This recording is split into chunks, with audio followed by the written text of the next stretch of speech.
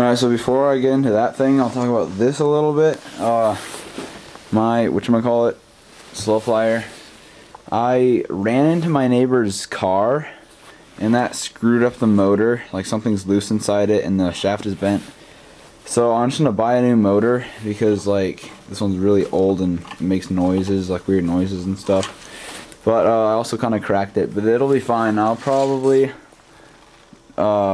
keep it and not take it apart, and then I'll just put a new whatchamacallit on it, new motor, and it'll be good to go again. And with this, I put the carbon rods and an airfoil in the wing. I have one carbon rod on this side, one on this side, and then they meet in the middle, and there's another carbon rod in the middle, and kind of hold it sideways. You can see the airfoil. Now I don't know how much I showed on the last video, but I've got the rudder servo on. This opens up, magnets. I've got a servo speed reducer. So the back, the bomb bay door opens really slowly.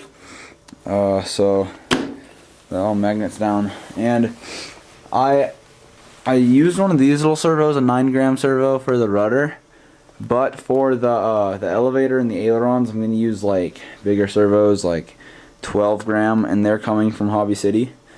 And along with those are a bunch of lights, so I'm going to put like, you know, red on the right, or red on the left, and green on the right on the wings for night flying. And then I went to Walmart today and bought this thing. It's a halogen floodlight, and I connect it to my LiPo. This is a 3-cell, but it doesn't have to be this big of a 3-cell. It can be like a 300 milliamp 3-cell. I'm just using this for an example. This one would be too heavy. But I'll turn off my light and then I'll close that and I'll show you how bright it is. So, Sage, no, be quiet.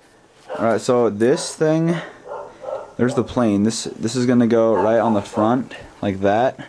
So it shines out and a little bit down, so I'll see the ground, and here it is turned on. Right there. Lights up my whole room. It's really, really bright. It's brighter than my lamp that I usually have on right there. Oh, and I also got this thing hanging out, my C160. Oh, it's in the dark. So this thing's super bright.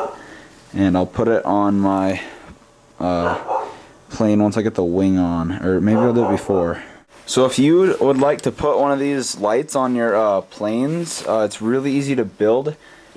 They probably weigh, the light and all the connectors at total probably weigh 1 ounce total.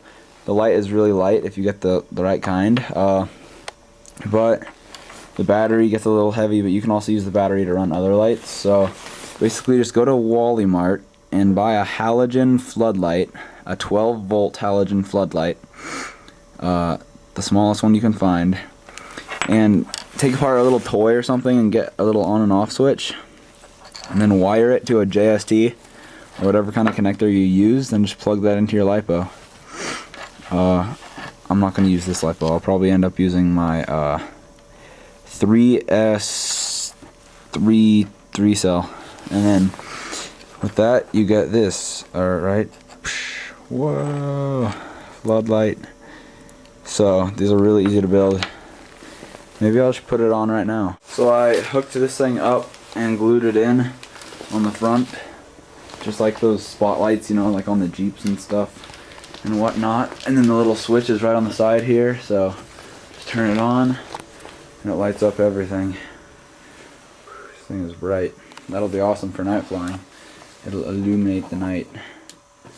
And if you really wanted, you could have one on the bottom lighting up the ground, and one right there. But they get pretty warm, or they don't actually get hot, but they put out a lot of heat, so it'll probably be a lot better when the wind is blowing over it. Oh yeah, but also I needed 4 motor mounts for that, and 4 of these motor mounts, these like magic ones. And I accidentally ordered 6mm motor mounts from rcfoam.com instead of those 9. And rcfoam.com is so cool that they're going to let me send these back, and then they'll just send send some 8mm or 9mm ones. Pretty sweet. Also, before I was using this little dinky 20-watt soldering iron, and I could never solder like the big wires and stuff, like the big connectors.